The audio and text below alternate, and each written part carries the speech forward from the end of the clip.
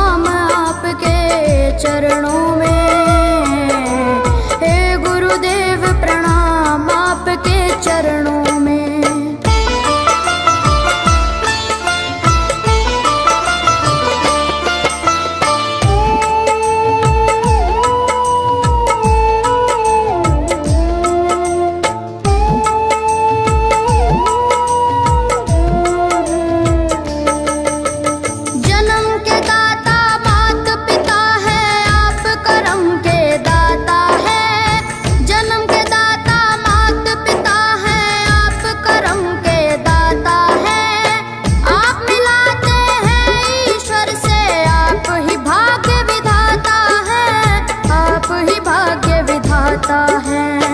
दुखिया मन को रोगी तन को,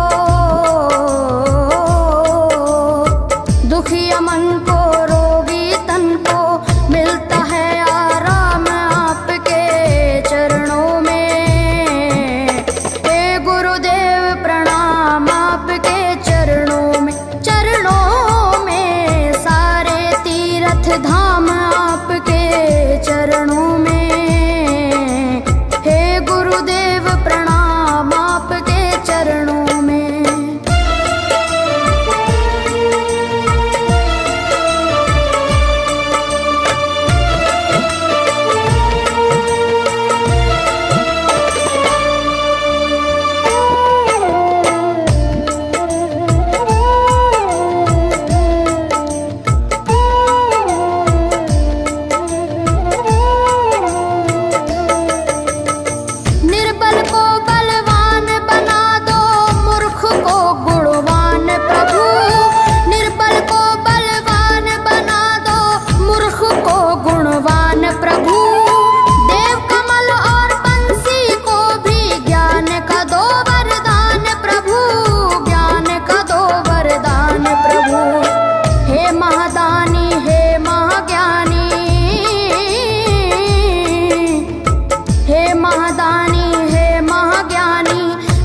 सुबह हो शाम आपके चरणों में।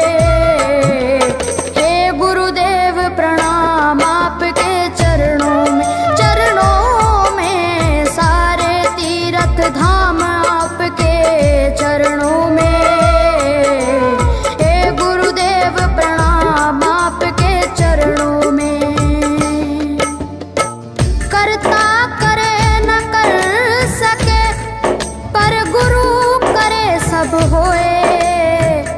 सातों दीपानों खंड में गुरु से बड़ा न कोई, गुरु से बड़ा न कोई प्यारे, गुरु से बड़ा न कोई। मैं तो सात समुद्र की मसी करूं, लेखन सब बन गए राय।